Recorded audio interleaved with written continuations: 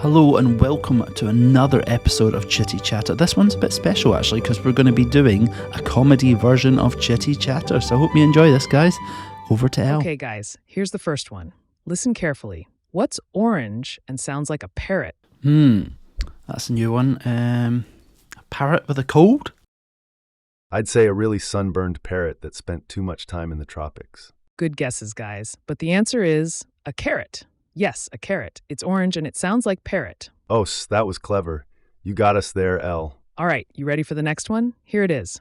Why don't scientists trust atoms? Because they make up everything? Bingo, Richard got it. Atoms do indeed make up everything. Yeah, I've heard that one before. I've heard it before. Well played, Richard. You're clearly the brain of this operation. Not really. I've heard that riddle before, so it's kind of common sense. Oh, I see. Yeah, that makes more sense. Great job on those two opening riddles, guys. But I've got more up my sleeve. Welcome back to Riddle Me This. Here's the third one.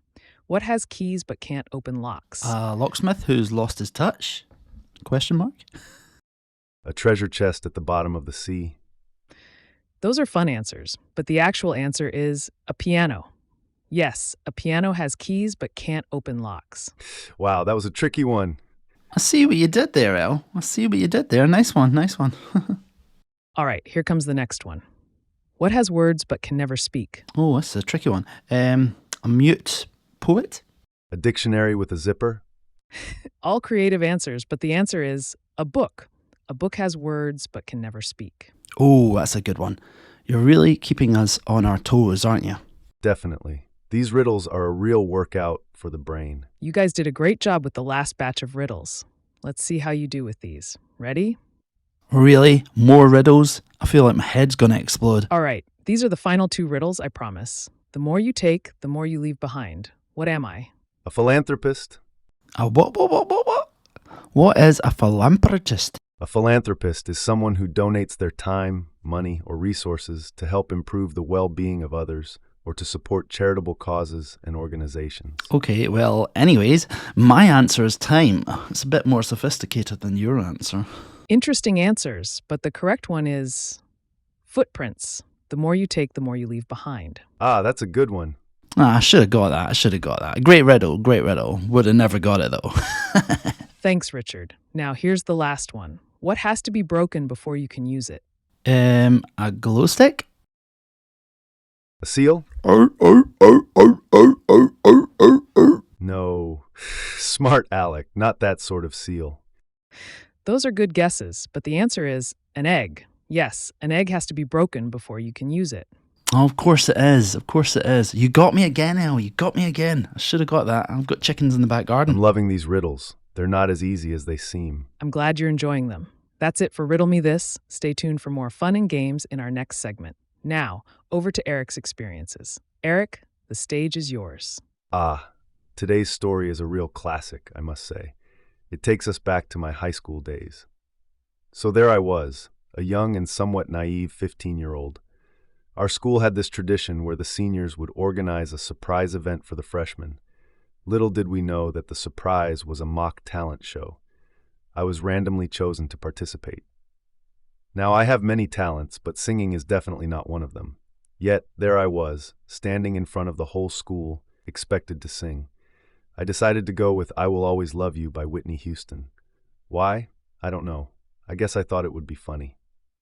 So, I began singing, and let's just say it was a performance that no one would forget. My voice cracked, I forgot the lyrics, but I powered through, singing my heart out. It was a disaster and a triumph at the same time. In the end, everyone gave me a standing ovation, not because I was good, but because I was brave enough to make a fool of myself and own it. It was one of the funniest and most embarrassing moments of my life. Yeah, that's hilarious. Reminds me of the time I was on Pop Idol and Simon Cowell said I was the worst act of the day. Anyways, you got another story for us, Eric? Okay, I'll do one more blast from the past. So, one weekend, my friends and I decided to take a road trip to explore the beautiful countryside. We rented a small car, and off we went, excited for our adventure. Now, here's the thing. None of us spoke fluent French, but we thought we could manage with the little French we knew and some help from translation apps. After driving for a while, we realized we were completely lost. We were in a small village, surrounded by fields and no sign of any recognizable landmarks. We decided to ask for directions. We spotted an elderly gentleman walking by, and we thought he could help us. So I mustered up the little French I knew and asked him, "Excusez-moi, pouvez-vous nous aider?" Excuse me, can you help us? The man looked at me with a confused expression and replied in French. Unfortunately, I couldn't understand a word he said. So I tried again, this time with a mix of hand gestures and broken French. To our surprise, the man burst into laughter. He then switched to fluent English and said, "I'm sorry, I don't speak French. I'm actually from England." We couldn't help but laugh at the situation. Here we were, struggling to communicate in French with an Englishman in France. It was a hilarious moment of miscommunication and cultural mix-up. That's hilarious. I can imagine that sort of thing happening to me. Je m'appelle Claude. That's a Friends reference for anyone listening. It's time for our favorite part of the show, Richard's reactions. Richard, are you ready to dive into the internet's treasure trove? Yes, absolutely, Elle. So the first meme I've got today is the notorious distracted boyfriend. You know the one, where the man is walking with his girlfriend, but he is distracted by another woman walking by.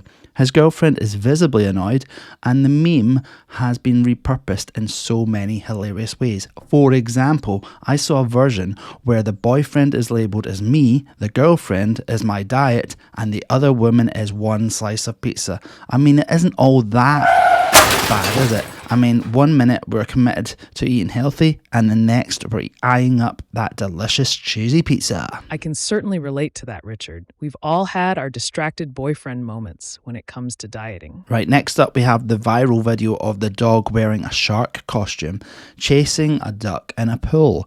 The duck is swimming as fast as it can while the shark, or the shark dog, is paddling behind. The absurdity of the situation is what makes it hilarious. The best part is the dog's determination. It's got the shark fin, it's in the water, and it's chasing the duck. In its mind, it's a real shark. And that, my friends, is commitment. Oh, the things we see on the internet. That's an image I won't forget soon. Thank you, Richard, for those hilarious interpretations. Richard, are you geared up for more meme madness? You betcha. Let's dive straight in. This is the third meme I have lined up in this classic. This is a fine meme, by the way, guys. It's the cartoon dog sitting in a room on fire saying, "This is fine." This meme has become a universal symbol for trying to stay calm in the midst of chaos. I saw a version where the dog is labelled me and the fire is labelled my responsibilities. I mean, who hasn't felt overwhelmed by responsibilities at some point in their life? Just thought, this is fine, it will do. I'll get on with it somehow.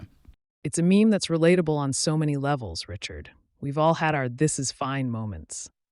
Right, the next meme we have is a video that's been making its rounds on the internet. It's the one with the cat playing the keyboard. Yes, you heard it right. A cat is hitting the keys with its paws, and the result, well, it's not exactly Beethoven, but it's so adorably hilarious. The best part is the cat's serious expression, like it's really focused on giving the performance of its life. It's as if the cat's thinking, "Move over, Mozart, there's a new maestro in town." Maestro. That's indeed a sight to behold, Richard. The internet never ceases to amaze us with its entertaining content. True, El. The World Wide Web is indeed a wacky and wonderful place. Thanks, Richard, for those hilarious interpretations. That's all for this segment of Richard's Reactions. Stay tuned, everyone. We'll be back after a short break with more fun segments. Hey, Chitty Chatter fans. If you love our podcast, hit that follow, share, and like button to keep the chatter going. Thanks for being awesome. Welcome back, everyone. Hopefully you're ready for a chuckle or two because it's time for Elle's Laughs. Let's lighten up the mood with some humor. This is the last part of the show because the other two are getting a bit tired now. So, I was reading the news the other day, and I came across something that struck me as absolutely hilarious. Apparently, scientists are saying that if an asteroid was headed towards Earth, our best defense might be, wait for it, duct tape. Yes, you heard me right. Duct tape. The very same stuff you use to fix, well, just about anything that's broken in your house. I mean, who knew that the fate of our planet could potentially hinge on a roll of silver tape? Can you imagine? We've got all this high-tech equipment, space probes, satellites, and the solution is sitting in our junk drawer. The next blockbuster movie won't be Armageddon with a drill team. It'll be duct tape defenders. But wait, there's more. In the same week, I read another piece about how they're training cows to use the toilet to help fight climate change. So, we've got duct tape for asteroids and bathroom-trained cows. What a time to be alive, folks. Well, that's my dose of humor for you today. I hope I managed to put a smile on your faces. And remember, the next time you see that roll of duct tape, give it a nod of respect. It might just be the unsung hero of the universe. Well, there you have it, folks. Another episode packed with hearty laughs and memorable moments. As always, we're grateful you chose to spend your time with us. Your continued support makes all of this possible. Life's too short to not share a chuckle or two. So keep those stories coming and continue to fill your days with laughter. We can't wait to bring you more fun-filled episodes. Until next time, keep the chatter going, stay safe, and keep those smiles bright. This is Richard signing off, and good night, everyone.